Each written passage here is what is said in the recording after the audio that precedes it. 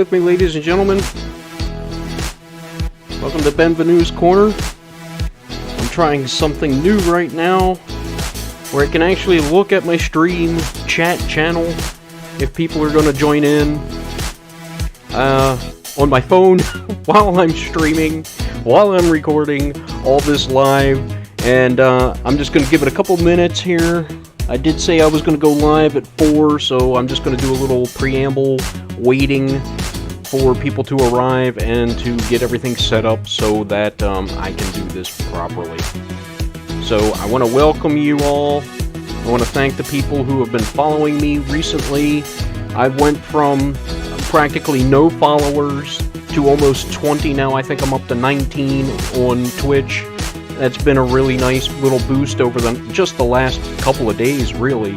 And on YouTube, I'm almost up to double-digit followers. I'd like to see that 10, and I got to 10 once before, and then something happened where YouTube just didn't recognize the followers anymore. I'm not sure what's going on with that, but I'm back down to 9 the last time I checked. I didn't set this out to be a superstar. Or an overnight sensation. I didn't think that was going to happen, obviously. I'm doing this for fun. I would hope other people would join along and have the fun with me, and just have a good time. That's really what it's all about, is just having fun and hoping other people could join in and have some fun as well. So that's what, really, all I'm doing here. And, if you're having fun and you enjoy it too, please let me know, and you can do that by giving me a like, a follow, a sub on YouTube. You don't need to subscribe here. Obviously, you'd have to pay for that, and I'm not going to ask anybody to spend money on me. There's far more important things to spend your money on than myself. I would just like to know that you're enjoying it. Let me know what you think of my content, and that sort of thing. So, I got one viewer. Welcome. Welcome, viewer. I can't see who you are, but I know you're here. Welcome to Benvenue's Corner. I'm going to get this show started, and, it's 4 o'clock right now. That's when I said I would start it. So let's go ahead and get into it, shall we? I'm Benvenue, your host, and this is my Madden 20 franchise, and recently this team had gone to the playoffs, played their playoff game, and unfortunately we suffered a heartbreaking loss. It was a close game, and we'll go ahead and take a look at the box score, and we can see just how close it was. 23-17. Now, this team, the London Bulldogs, is full of stars on offense and defense, and the last time these two teams met in the regular season, it was Week 4, and between the two teams, they put up 63 points. The Sentinels managed to pull out a 3-point victory, winning 33-30, but this game was completely different, and we'll go over the box score right now. You can see Richard Smart did not have a prolific game. He was just game managing. He was 17-24, 147 yards and a touchdown, but what really sealed the deal for the Sentinels was the play of quarterback Kiefer Byrne. 21-31, that's not terrible completion percentage, but the 2 turnovers and no touchdowns, those 2 turnovers came quick, right in the first quarter, and one of them directly led to a touchdown, and it sealed the deal. The Bulldogs were able to get off to an early lead, and they never really let up. You can see Raheem Childress had an amazing day, 31, 159, a touchdown. He was running over people all day long, and their backup Parker Sherwood, who is also a big bruiser back, you can see 5'11", 233, was doing more of the same. It was just ground and pound. They attacked the sole weakness of this Sentinels defense, which has been the thing all season long, the run game. The defense of the Sentinels just cannot stop the rush. They were 27th in the league in stopping the rush. Number 1 pass defense, without a doubt. Number 1, far and away. Their pass defense is excellent. And that's what made the difference last game in the regular season when they met. The run defense held, and they shut down the pass. Somewhat. They still let up a lot of points, which, considering between these two teams, you have the number 1 ranked defense in the Sentinels against scoring points, and the Bulldogs are number 3. Dalton Triplett, the leading runner for our team, he'd had a good game, but they had to go away from him early because they got behind. Time was running out. They didn't have time to keep running the ball. Tyson Kerr, the surprise 4th-round rookie draft pick, had a decent game. Limited carries, but they were productive. He had a touchdown on one and picked up a first down on another carry. On the receiving end, there's not much to speak of because the passing games were not really relevant for either team. Parrish McCarthy, the rookie, 5 catches for 79 yards. Perry Wood, the leading receiver on this team, 5 for 62. You see Floyd LaMontagne, the number 3 wide receiver in the game, according to the voting. And Keenan Ewing is the number 4 overall wide receiver. These two were held in check. 3 for 40, 4 for 26. You can see Ron Leary, the blocking tight end specialist, had 4 catches for 27 yards. They were just pounding the ball away all day long, and that's all they had to do. On the defensive end, there wasn't a lot of sacks, only 2. Well, I'm sorry, it was 3. You had Julius Lamb that came on a corner blitz, and Tracy Felton, who just read a play-action pass and made the cut and by the defender or the blocker and got to the quarterback. And Nick Bell did similarly for their team. Kiefer Byrne tried to go for a play-action pass and a fake end around, and Nick Bell did not bite on it and just hammered Kiefer Byrne. I'm surprised he didn't cough up the football. But here's another story, the tackles. LaMarcus Blades, the free safety, and Julius Lamb, the cornerback, are the leading tacklers. And if you see that from your defensive backs, you got a problem. That means your front 7 is not tackling the plays in front of them, and that was definitely the case. Childress and Parker just ran over everybody in their way, including 350-pound defensive lineman Sheldon Bates. Lindsey Polk was a rookie who was filling in for the injured starter, and he acquitted himself very well. You see London Bates, the middle linebacker, with 8 tackles. Interceptions, there were 2. Jameel Johnson and Jazeer Poser, and both of them came off of very horrible reads by Kiefer Byrne, the sophomore quarterback. There were a couple of passes defended. They're going to register 1 fumble recovery that was actually a blocked punt by LaMarcus Blades that was picked up by Tanner Malone and run back for a touchdown. On the kicking end, not much to speak of here. Raymond Rivera missed a 50-yarder, doinked it off the left upright, and Wes McGuire missed what was a 60-yard attempt that should have never been tried, but it was time running out in the half, and Coach Hennessy just said, hey, what the heck. Punting-wise, who cares about the punters? The only thing is Spencer Parsons is the Pro Bowl punter, and he led the league in inside the 20 punts far and away with 30. Kick return, Tyson Kerr had a nice day as the kick returner. He's also had a punt return for a touchdown during the season, but you see he didn't do anything here. They held him in check. And Keenan Ewing just got nothing doing for the Bulldogs. So, in a nutshell, the Bulldogs just played the right kind of game plan to edge out the victory. We do have an injury update. The rookie right end, Vernon Hunt, went down with an elbow injury. He'll be out for 4 weeks, so it's not going to have any impact on our season. Our season is over since we're one and done on the playoffs. We're either wildcard team, win and you're in, lose and you're out, you go home. So we're going home, and Vernon Hunt wasn't a Pro Bowl player anyway, so he won't miss the Pro Bowl. I have a lot of players to upgrade, but here's the news. Coach Hennessy said when he got the job, when he interviewed for it, to the GM and the owner, this is a playoff team. Despite going 2-14 last year, he said, this team is a playoff team. I will take them to the playoffs, and if I don't, I will retire. Well, he got them to the playoffs, and the Sentinels, of course, want to bring him back. They have extended his contract for 3 years, $5 million. So Coach Shaq Hennessy will return to coach this team for the foreseeable future. Let's go ahead and upgrade our players.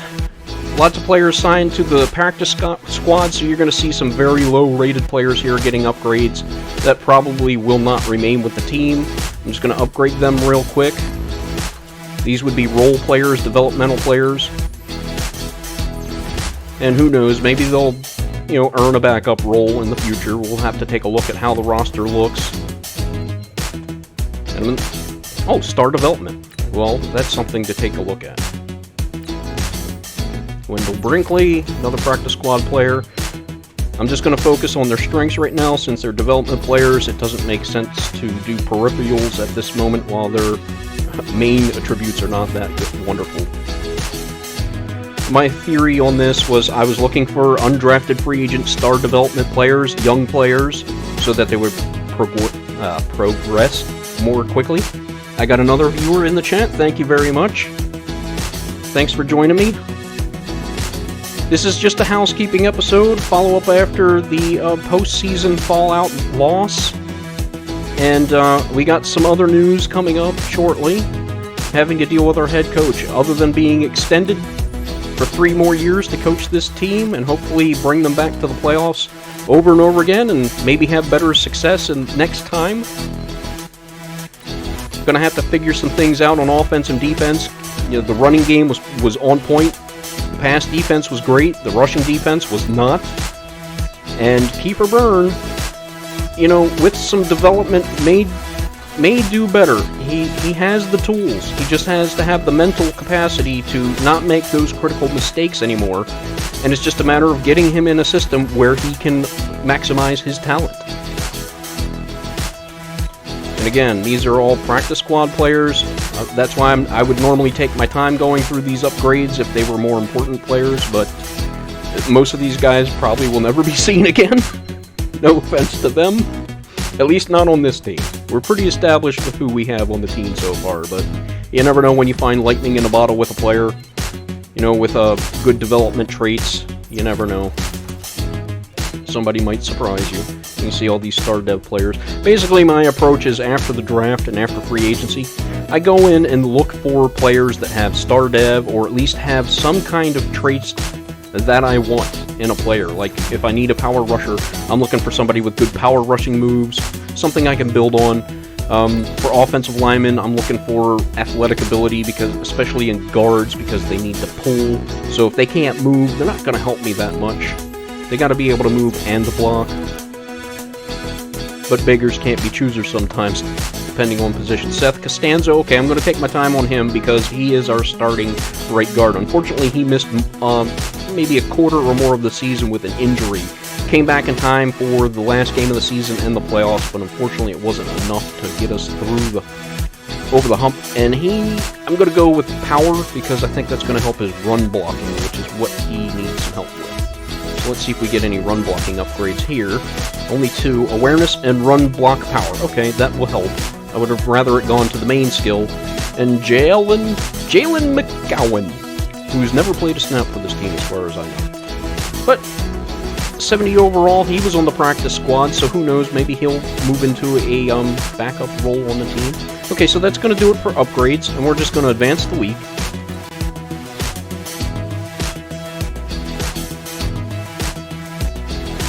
And the conference, we're going to go ahead and advance through that. We'll take a look at the playoff picture a little later because there's some news coming up about the Pro Bowl,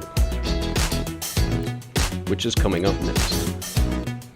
Bear with me, everyone.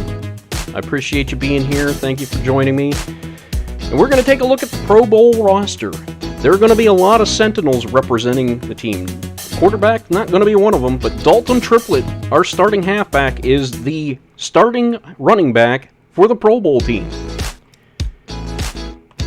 Fullback number 2, Terrence Durham, is going to be the Pro Bowl representative for our team. At wide receiver, you can see LaMontagne from the Bulldogs. We went up against him. But at wide receiver 6, Perry Wood from the Sentinels. Our tight ends, none of them made it. None of our offensive linemen made it, although we had a good season from our center. At left end, nobody. Right end, nobody. Defensive tackle, nobody. Left outside linebacker, nobody. But middle linebacker, starting middle linebacker, London Bates, the rookie, who blasted onto the scene to lead the league in tackles, up there for tackles for losses, had 4.5 sacks and an interception on the year. Great season by the rookie, very promising future. Right outside linebacker, pass rush specialist Tanner Malone, who came out of nowhere to lead this team with sacks. I believe he was number 2 or 3 in the league in sacks. He is the starting right outside linebacker. What is a surprise to me is that the amazing cornerback, the best cornerback in the game, Aaron Kershaw, did not make the Pro Bowl, and he's not injured. So I don't understand this snub. How can you have the best cornerback not be in the Pro Bowl? We're not going to the Super Bowl, so that doesn't explain it. I smell skullduggery.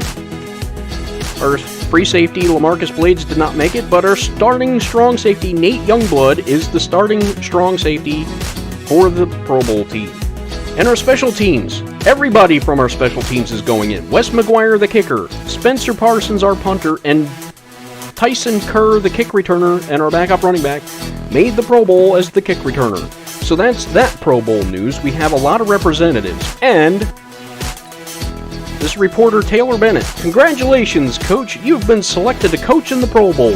And after the season you just had, I can't think of anyone more deserving. I'm looking forward to the game. Good luck out there. Hey, how about that? I picked up another follower too. Thank you so much. Now I'm up to 20. Hey, I feel awesome about that. So, with that news, with so many representatives on the Pro Bowl roster from the Sentinels, and with Coach Hennessy being nominated to be the head coach, we're going to have a bonus game this year. We're actually going to play the Pro Bowl and coach it. And what I'm going to do is I'm going to be fair. I'm not going to just put in all my guys as starters. Whoever are the starters for that team, they're going to go 2 quarters. Then the number 2 guys are going to come in for the 3rd quarter, and then the 3rd string guys are going to come in and get to play the 4th quarter if there are 3rd string players for those positions. So everybody will get a chance to play and be show out for everybody in the Pro Bowl. And that's going to do it for this episode. Short and sweet. I know it's a bunch of talking, but that's what these housekeeping episodes are, unfortunately. It's a lot of just chatting and going over stats and information. Unfortunately, with my computer limitations, I cannot stream and record a live game. The graphics just don't hold up at all. I get a lot of stuttering and chatting and screen freezing. It just doesn't work. So what I do is I play the games offline, record them, upload them to YouTube where they play out fairly well. They look pretty good, and I do play-by-play commentary. How I play my games, it's something the Relocation Football League does. It's slow sim watch, which is how I like to play my games anyway. I don't like to have my influence on the field. I want the players to determine the outcome of the game with maybe my coaching influences and just how well did I draft, how well did I sign, free agents, and craft the team and craft the playbook to maximize the potential of the team. And we took a completely horrible, what used to be Miami Dolphins team that relocated to Orlando, who had never won more than 5 games in any season from 2020 to 2033. And in one season, Shaq Hennessy took that group, cut off what he didn't think would work, brought in some players he thought would help, and turned this team into a 10-6 playoff team. And it was only because the Columbus Explorers had such an outstanding season that they didn't win their division. So, a very promising future for the Sentinels team if they can keep this roster going, add to it in free agency and the upcoming draft. There's lots of potential here. I believe in Coach Shaq Hennessy. Obviously, Orlando believes in him. And we're going to see what this future holds. So next episode for Twitch is not going to be the Pro Bowl. It'll probably be a follow-up to the Pro Bowl and probably some off-season moves because there's going to be a lot of them. There's going to be free agency. There's obviously going to be a draft, so we're going to have that content coming live on Twitch. But unfortunately, the Pro Bowl will have to be offline played on, just offline and uploaded to YouTube later. And I'll provide links to that. If you go to my About in my profile, there's a link to my YouTube channel. So thanks a lot for joining me, everybody. I hope you enjoy the content that I bring to Twitch. I also do old school 8-bit gaming. I might do some Super Nintendo games as well. Some other PC games, if they stream well enough on here, I will play them. I like a lot of RPGs. I like driving simulations. So it's just going to be a lot of trial and error to see what works here on Twitch for me and what I can bring. And hopefully down the road when I can afford to upgrade my computer, because there are more important things in life than a computer right now. Even though this thing is a abacus, it's just not as high a priority as, living, which is kind of important to everyone, isn't it? So I hope you all are staying healthy, that you're all happy, you had a great day, and you enjoyed spending some time with me, because I really appreciate it. I want you all to take care, and we'll see you next time here on Ben's Corner.